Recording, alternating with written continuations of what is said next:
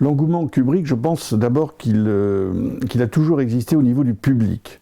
Je pense qu'il résume en lui deux tendances très fortes du cinéma, et quand elles sont combinées, c'est peut-être ce que l'art cinématographique produit de plus puissant dans l'imaginaire des spectateurs. C'est-à-dire d'une part une recherche esthétique, une puissance visuelle, et d'autre part une sensibilité incroyable à l'ère du temps, au monde tel qu'il est.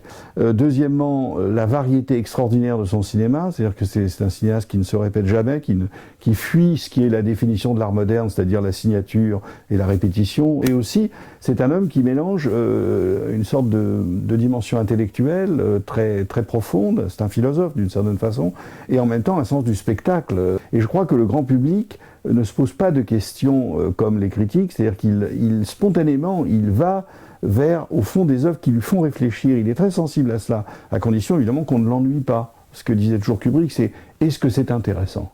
Est-ce que ce que je filme est intéressant ?» Et si vous ne répondez pas oui à cette question, c'est même pas la peine de filmer.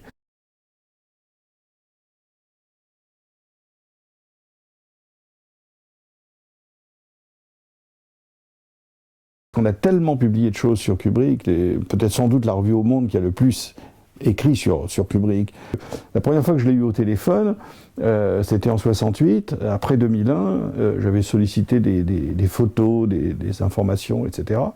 Et il m'avait, comme d'habitude, il abandonnait la discussion en cours pour poser des questions sur des projets à lui.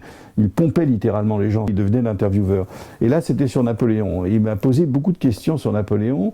En particulier, j'ai pu le renseigner sur les différentes écoles françaises d'études de Napoléon, les bonapartistes, les royalistes, les communistes, les marxistes. Et donc j'ai pu lui parler comme ça 20 minutes, et je pense que ça l'a marqué, que le fait que je pouvais connaître d'autres choses que le cinéma.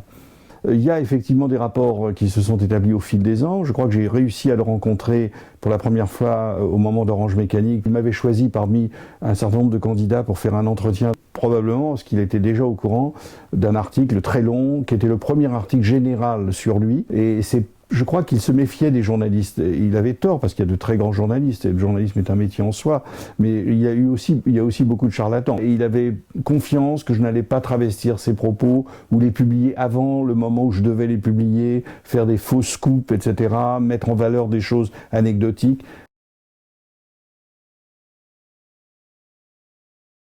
Écoutez, plus que d'autres cinéastes, je dirais. D'abord, c'est un cinéaste très visuel, donc évidemment ça se prête à une exposition, agrandissement de photos, extraits de films, etc. Mais aussi c'était un grand photographe. Il ne faut pas oublier que de 1947 à 1951, pendant 5 ans, il a fait des milliers de photographies, je crois 22 000 photographies pour le magazine Look. Par exemple, il y a une série de photos chez le dentiste, où déjà tout Kubrick est là. On voit les visages ravagés d'angoisse de tous les gens qui vont passer à la roulette, et la façon dont il photographie cette salle d'attente, c'est déjà quasiment Shining. Je pense que c'est la plus belle exposition jamais consacrée à un metteur en scène.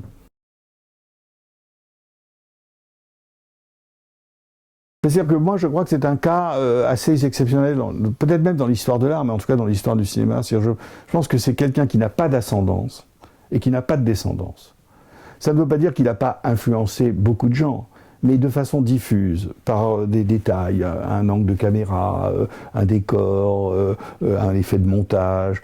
Bien sûr, dire que les gens ont vu Kubrick sans l'avoir enregistré, non, il n'y a pas de descendance kubrickienne, je n'en vois aucun cinéaste. Et de même, je ne vois pas qui est le maître de Kubrick, c'est-à-dire auprès de qui il aurait pris des leçons pour devenir, par exemple, on peut penser que Rossellini, quand il a vu Antonioni, quand il a vu Voyage en Italie, a pu être influencé. On a vu les premiers films de Benoît Jacot, on voit que c'est du Bresson, etc.